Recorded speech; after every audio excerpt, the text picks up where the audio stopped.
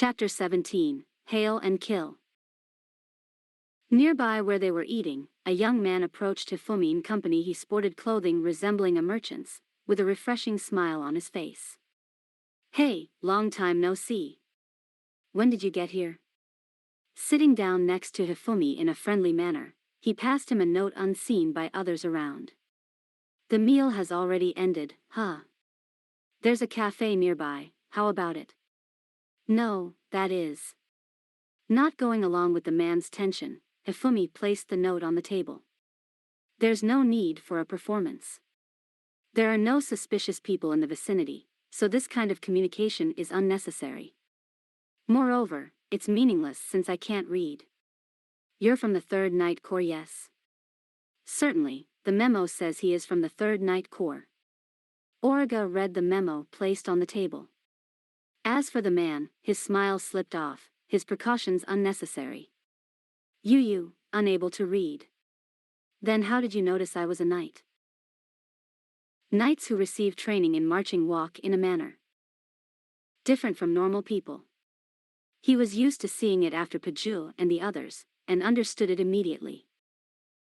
"Then, what's the important matter? You fellows disappeared after leaving the capital. It seems that you guys operate only within the royal capital, huh?" This is the matter."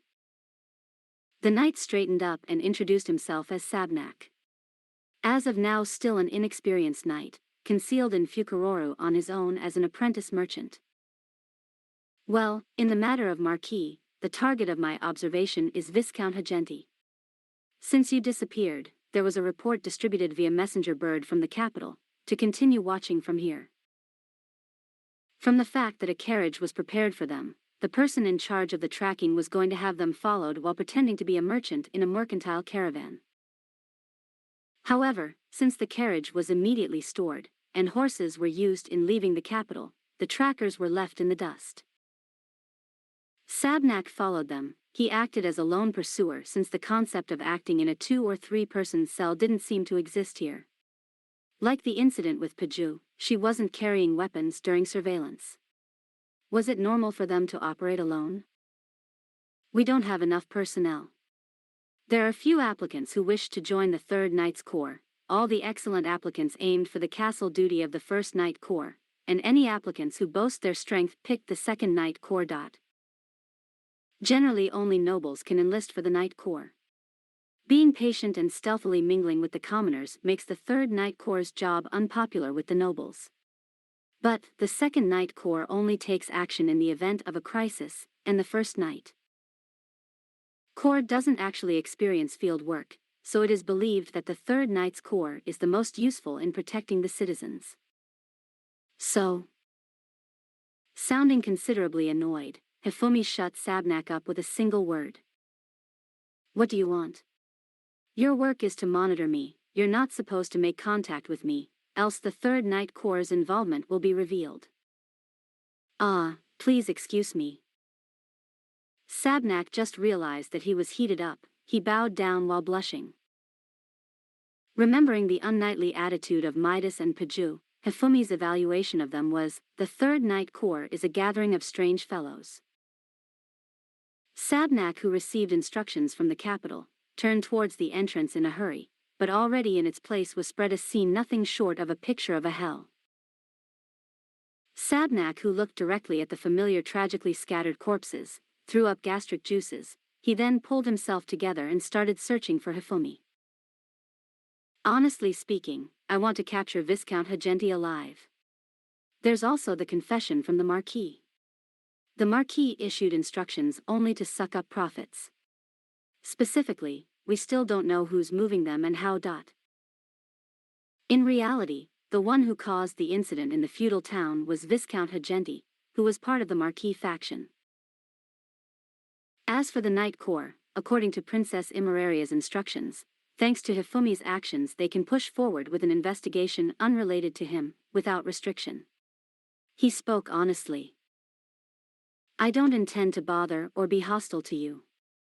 To solve this matter and for Princess Imeraria to peacefully govern this country, we would like to receive your cooperation. Sabnak stood up and deeply bowed his head. Sabnak recalled the corpses of the soldier he saw earlier. There are also an unbelievable number of reports related to Hifumi circulating from the capital. It said that anyone hostile to him, be they a king or noble, will be killed without mercy. 10 members of the inner organization were killed in a matter of seconds. Even without a weapon, he can lead knights by the nose barehanded. If one's words angers Hifumi, they will die where they stand. However, in order to improve this country as a knight, they absolutely had to deal with this matter and to sweep the surroundings of the royal family. He gambled on Hifumi. I don't particularly mind. At Hifumi's words, Sabnak raised his head. The Viscount does not particularly matter to me, but to Origa and Kasha, he is someone they want to take revenge against. I will talk to them and decide later. Immediately after saying that, Hifumi stood up and left. The persuasion target having changed, Sabnak was completely bewildered, not to mention the 2 slaves that were abruptly entrusted with the decision. Ah. For now, could I have some tea? Sabnak called the shop assistant to gloss over his red face while thinking, derailed, embarrassedly. Kasha could not help laughing. Pooh. Sorry, it's completely different from when you first called out to us. No, it's fine. I practiced passing over the notes several times at the back of the building while fired up. I had a small illness when I was younger, so I am a little unskilled at these sudden things. TN, due to his illness when he was young, Sabnak can't easily cope up with sudden changes in a situation and gets flustered easily. Sabnak said he was not good at meeting others for the first time. Being assigned here was also because few spies wanted to polish their skills alone in a different land. I'm sorry, I'm rambling. Well, about the matter with the Viscount. Before that, could you tell me what information the Knight Order has on the Marquis faction? In case the Viscount is let free, if any other enemy can be killed, I may consent. Sabnak thought about Origa's words a little. To agree or to not agree. The positions of nobles and slaves, leaving aside comparing them, the chances of them sitting at the same table were virtually non-existent. However, Sabnak reminded himself that Origa and Kasha were slaves of the Slender Sword Knight. He felt an overpowering intimidation from Origa and Kasha, unthinkable of ordinary young women. I understand. Where shall I start explaining? After waiting for his tea, Sabnak began to speak. At that time, Hifumi was aimlessly wandering the streets of the town. His katana casually hung on his waist. I wonder what that is. Towards the center of the town, there was a residence much larger than the one surrounding it. Slowly drawing near, several soldiers ran out of the strong-looking metal gate. The soldiers had ghastly appearances. Passing by Hifumi, they ran towards the town gate. Apparently, they were the response to the previous completely annihilated unit. So late. The guys watching were quite some distance away. As I thought, there's probably another mode of information delivery. Muttering to no one in particular, Hifumi approached the gate the soldiers had run out of. There's no guards on watch. It appeared that all military personnel had completely left for the scene. Hifumi entered in a stately manner, in spite of his amazement. The moment he placed his hand on the door of the mansion, he suddenly felt a sense of unease and jumped back from the door. A loud sound rang out, the wooden door fell to pieces. Looking into the doorway that was suddenly well ventilated, a face was seen. The guy in the Marquis mansion in the capital. If I recall correctly, your name was Strauss. You remembered, huh? As I thought, I should have gotten rid of you back then. There was a big hole from within the entranceway. Strauss fled back into the Marquis mansion while holding out a dagger, followed by preparing to use magic. Hifumi dodged without hesitation, and pulling back momentarily, ran around towards the side of the building while silencing his footsteps. Getting away? He ignored Strauss' husky voice and continued to run. I could sense 10 people inside the building. Since Strauss is out here alone, is one of them the Viscount? So the remainder are the servants? No, I could send someone on the second floor. It's Tomuzu. Why is he here? He remembered the young soldier that stood still as he watched all manners of death, the young soldier that was about to be killed by his colleagues. Hifumi had an unpleasant hunch, so he looked up. At that instant, a maid who had opened the window to air the room saw him. He jumped up, grabbed the edge of the window with his left hand, and slipped his body into the window at the last minute. The maid was surprised and froze when he approached. She cracked a smile, so he only gently hit the nape of her neck, knocking her unconscious. I'm sorry that there are no beds. He softly laid the maid's body down, and after confirming there was nobody else in the hallway, he went into the room Tomuzu was located in. He ran across the wooden-floored hallway with considerable speed. You could only hear slight rustling of the clothes. It's here. Among the doors that lined the corridor, he stopped in front of the one that was particularly significant. He could sense Tomuzu and another person behind it. Unable to hear anything, he silently opened the door and peeked through the gap. I understand the report. All of the remaining personnel went out. Yes. The vice captain led all the remaining personnel and went towards the scene. Speaking to Tomuzu was a gentleman-like person with a refined voice. Peeking through the gap, the gentleman seemed to be in his 40s, wearing brand new clothes with embroidery that identified with the aristocracy.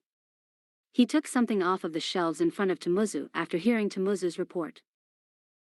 That's Viscount Hagenti over there, huh? However, Commanding Officer Gyuzefin was an accomplice. It is deplorable. Regrettable. That's right, it's regrettable. Hagenti took out a sword. Holding the sword straight, it was 70 centimeters long and had decorations for some kind of ceremony. The Viscount, having turned his back towards Tomuzu, gazed at the blade of the sword carefully while drawing it out. It's a serious crime. Many soldiers were lost. Well then, we should request a night's investigation here. Apparently, it seems Tomuzu is complaining to Hagenti because the ringleader of the evil deeds was the lead soldier. Moreover, he proposed getting the country to intervene. That guy is a fool. The idea that they were Hagenti's instructions did not come to mind. That aside, would any noble inform the country of any blunder in their own territory? You, Hagenti muttered in a low voice, and further lowering it said, if you'd stayed silent, this wouldn't have been necessary. Turning around, Hagenti thrust the sword. Tomuzu couldn't react in time. Tomuzu collapsed after the sword struck his stomach and looked up at Hagenti without being able to make a sound. Hifumi slipped into the room while Hagenti was occupied with the collapsed Tomuzu. When Hagenti noticed Hifumi's intrusion, that figure was already in front of him.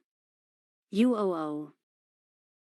Hagenti slashed with the sword that he was holding in the spur of the moment, but it was too late. A fist drove into the sword, brandishing Hagenti's solar plexus. His eyes turned white and fainted. Hifumi looked at the fallen Tomuzu, however it was too late. He was dead. Hifumi noticed indications of something hidden behind Hagenti's writing desk, so he turned it over. In a single beat, the painting that hung on the wall above was sliced. Falling from the gash in the painting, scattering documents fell down. Looking at the state of affairs, Hifumi nodded to himself. Found it at last. Strauss had entered the room. You're slow. The task here is done, you can entertain me. Hidden in the shadow of the desk, Hifumi put away his katana and brought out his kozurigama. It's over, is it? Is Hagenti dead? No. Hifumi rose, leisurely swinging the chain, sickle in one hand. We can still fight a little bit more. I'm letting him live for now. It is regrettable that I withdrew before. By no means did I think you'd be a hindrance here. I should have killed you at that time. Strauss pointed his dagger at Hifumi and began to chant quietly. Hifumi continued swinging the fundu, the same as ever, without taking up any particular stance. Are you finally prepared? Die. Though the wind blades attacked Hifumi, a gust of wind produced by the fundu dispersed their destructive force and disappeared. What? Strauss had absolute confidence in his wind blade magic. He was unable to hide his surprise at seeing it so easily erased. You bastard, what did you do? As you can see, I waved my weapon. Like this, swoosh. The chain was flourished as to show the fundu at the end of the chain. As expected, if shown often, countermeasures can be prepared. Was I overconfident? However, there was no choice, it had to end. Not just the fundu, the sickle section of the kusarigama was thrown, twining around Strauss's shaking arm. The sickle section embedded itself at the right shoulder. Strauss lowered the dagger. Hifumi approached slowly and cautiously. The wind can be blown in various directions, but the practical scope of using it is quite narrow. In the Marquis' estate, Paju's shoulder had a shallow cut. Some time ago as well, not even the painting was sliced completely. Though the wind blades blowing may look frightening, the reality is that the opponent cannot be killed unless cut at the neck. The true nature of Strauss' magic was seen through he was panicking while holding the dagger in his left hand. In addition, he began to chant, but Hifumi was already in front of him. Too slow. Strauss got kicked in the face and rolled over to the hallway. You could see he had a nosebleed and was fainting in agony. Then a woman's scream was heard. The magic my Auriga uses can attack and carve out a desk from the floor. The speed of the attack is much faster. He thumbed the guard of his katana so it would be easier to draw. I think there is some good prospects in your body movement, but it is still impossible for you to stand before me. Hifumi slashed Strauss with a quick draw while he was trying to get up. Stepping forward firmly with his right foot, a sound was heard as Strauss's head began to fall from the torso. In the hallway, there was a housemaid who witnessed the instance of murder, unable to move out of shock. Hi dash. Frightened at seeing Hifumi approaching, she moved back, trying to escape unsuccessfully. Sorry about that. Can you stand? Afraid of being touched again, stopping at a suitable distance. Gather everyone else in the hall. This. Yes, ununderstood. Standing up, the maid unsteadily ran to carry out Hifumi's instructions. Shouldering the unconscious Hajenti and returning to his seat in the dining room, a little less than 30 minutes has lapsed since he'd left. Though he had settled the entire matter alone, he anticipated what they were going to say. There's the scent of a woman on you. What were you doing? Hearing Auriga's first words, he slipped.